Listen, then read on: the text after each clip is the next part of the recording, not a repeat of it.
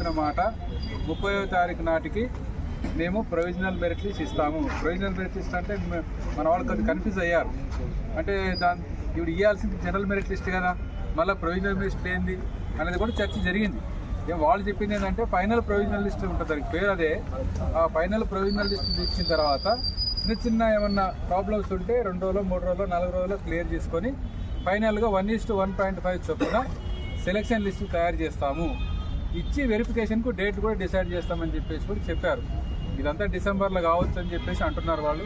మన వాళ్ళకి ఎలక్షన్ వస్తాయో మళ్ళీ ఆగిపోతుందో లేకపోతే నెక్స్ట్ ఇయర్ అవుతుందో ఏమవుతుందో ఇవన్నీ కూడా అడిగారు. అడగాల్సిన ప్రశ్నలన్నీ అడిగారు, అడగాల్సిన డౌట్ అని క్లియర్ చేసుకున్నారు. వాళ్ళు 30వ తారీఖు లోపు మేము ఇస్తామని చెప్పేసి అంటున్నారు. కాబట్టి దాని వరకు మీరు పరిశీలన చేసుకొని ఆలోచన చేసుకోండి. మరి ఎంత టెన్షన్ పడ్డా తొందరపడ్డా కొద్ది గవర్నమెంట్ మీద ఫోర్స్ తీసుకొస్తే స్పీడప్ కావడానికి ఉపయోగపడుతుంది తప్ప మనకు చెప్పిన డేట్లలోనే ఇస్తారని గ్యారంటీ కూడా ఏమీ లేదు. మనం ఆ రకంగా చాలా డేట్లు పోయినాయి, చాలాసార్లు చెప్పారు, ఇక్కడ దాకా వచ్చింది. ఇప్పుడు నెక్స్ట్ టార్గెట్లో వాళ్ళ ప్రాసెస్లో మీదే ఉంది. ఎల్టీడీ క్లోజ్ చేశారు కాబట్టి ఇప్పుడు మీ పని మీదే వాళ్ళు ఉన్నారు. మీది అయిన తర్వాత ఏఎన్ఎంలో చేస్తామంటున్నారు. మధ్యలో ఇంకెవరు మనకు ఆటంకం లేదు. ఆ తర్వాత ఫార్మసిస్టులు అంటున్నారు, అది ఎప్పుడైతే తెలియదు మనకు. కాబట్టి ఈ నర్సింగ్ ఆఫీసర్లకు సంబంధించిన ప్రాసెస్ అంతా 30వ తేదీలోపు కంప్లీట్ చేసి లిస్ట్ చేస్తామని ఈరోజు జాయింట్ డైరెక్టర్ శ్వేతా మోహన్ గారు సెక్రటరీతో మాట్లాడి మన ప్రతినిధి బృందానికి హామీ ఇచ్చారు. ఇది ఇంపార్టెంట్. ఈ హామీ ప్రకారంగా మనం కూడా ఆలోచన చేసుకొని వెళ్ళి ఈ మధ్యలో మళ్ళీ కొంచెం అప్పుడప్పుడు మన ఫోన్లో కానీ లేకపోతే కానీ ఫాలోఅప్ చేసుకోవాలి.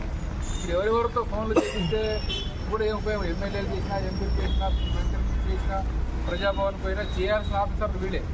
కాబట్టి మళ్ళీ మధ్యలో ఒకసారి మనం గుర్తు చేయడం అవసరం. ఈ 30వ తేదీలోపు బోర్డు సెక్రటరీ గారు టైం ఇస్తే, అవకాశం ఇస్తే మరొకసారి కలిసి మరి ఈసారి మీ తరఫున చెప్పారుగా మన వాళ్ళ అధికారులు దాన్ని ప్రాసెస్ చేయండి అని చెప్పేసి మళ్ళీ ఒకసారి కలిసే ప్రయత్నం నేను చేస్తాను. ఇది చేసి నేను మాట్లాడతాను. ఇది ఒకటి ఇంపార్టెంట్. ఇక తర్వాత 30 తర్వాత కూడా మోసం చేస్తే ఏం చేయాలి మనం? అది కూడా మీరు ఆలోచించేద్దాం. 30వ తారీఖు తర్వాత కూడా చేయకుండా చేయకపోతే నవంబర్ 1వ తేదీ నాడు 2వ తేదీ 1వ డిసెంబర్ 1వ 2వ మనం సీరియస్గా మనం ఇక్కడికి రావద్దు. ఎందుకంటే బోర్డు సెక్రటరీ పని చేయకపోతే సెక్రటరీ పైన ఉండడం కలవాలి కదా. మీకున్నటువంటి మైండ్ సెట్లు కూడా చేంజ్ చేసుకోండి.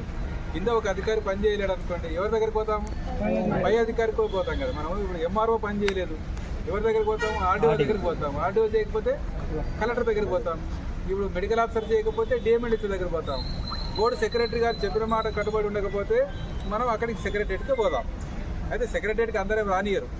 సెక్రటరీని కలవాలి, మినిస్టర్ని కలవాలి, అవసరమైతే అందరు కలవడానికి అవకాశం ఉన్న పాయింట్ ప్రజాభవన్. అక్కడికి వెళ్తే ఆయన కూడా మాట్లాడతాడు. అందుకే ఈ లోపు మనం మినిస్టర్ని సెక్రటరీని కూడా కలుద్దాం.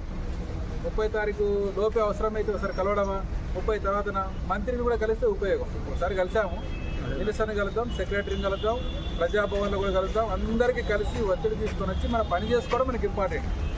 ఇప్పుడు ధర్నానే ఇంపార్టెంట్ అనుకుంటే ఇప్పుడు యూనియన్ లీడర్గా, సిఐటి లీడర్గా నాకు పేరు రావాలి, ధర్నా చేయాలి, నా ఫోటో రావాలి, పేపర్ రావాలని చెప్పేసి కోరుకోవచ్చు. కానీ ఈరోజు మనం ఏం పిలిపి చేయలేదుగా. ఇప్పుడు మీరు 50 మంది వచ్చారు, ఒక పెద్ద కార్యక్రమం పెడితే యూనియన్గా నాకు సాటిస్ఫాక్షన్ ఉంటుందేమో, కానీ మీ పని కాదు కదా. పని కావాలి. రేపు చేసే టైంలో ధర్నా చేస్తేనే పని కూడా అవుతుంది. ఎప్పుడు పడితే అప్పుడు ధర్నాలు చేసే కూడా పనులు కావు. అందుకే ఈరోజు ఒక నిరసన కార్యక్రమం చేశారు. రేపు 30వ తారీఖు వరకు మీరు చూడండి, 30 లోపే వస్తుంది. ఒకవేళ రాకపోతే 1 లేదా 2 డిసెంబరు మనము ప్రజాభవన్కు లేదా మంత్రి దగ్గరికి పోదాం. పోయి గట్టిగా కూర్చుందాం. కూర్చొని పని చేయించుకునే ప్రయత్నం మనం చేద్దాం. ఇవి వచ్చేదాకా మనం స్ట్రగుల్ పడడమే.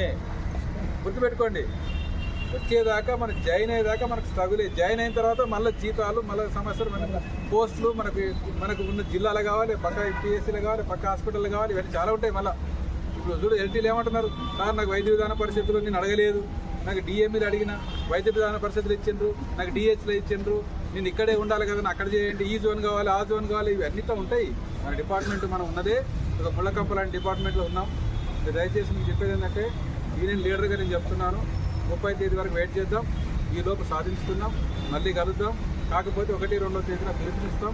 ఈసారి బాగా వచ్చారు, మేలు నర్సింగ్ ఆఫీసర్స్ బాగా వచ్చారు, ధన్యవాదాలు.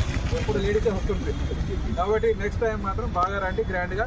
మీ తరఫున ఖచ్చితంగా మీకు అందరికీ వెరిఫికేషన్ అయిపోయి సెలక్షన్ లిస్ట్ డిక్లేర్ అయ్యి అపాయింట్మెంట్ ఆర్డర్ అయ్యేదాకా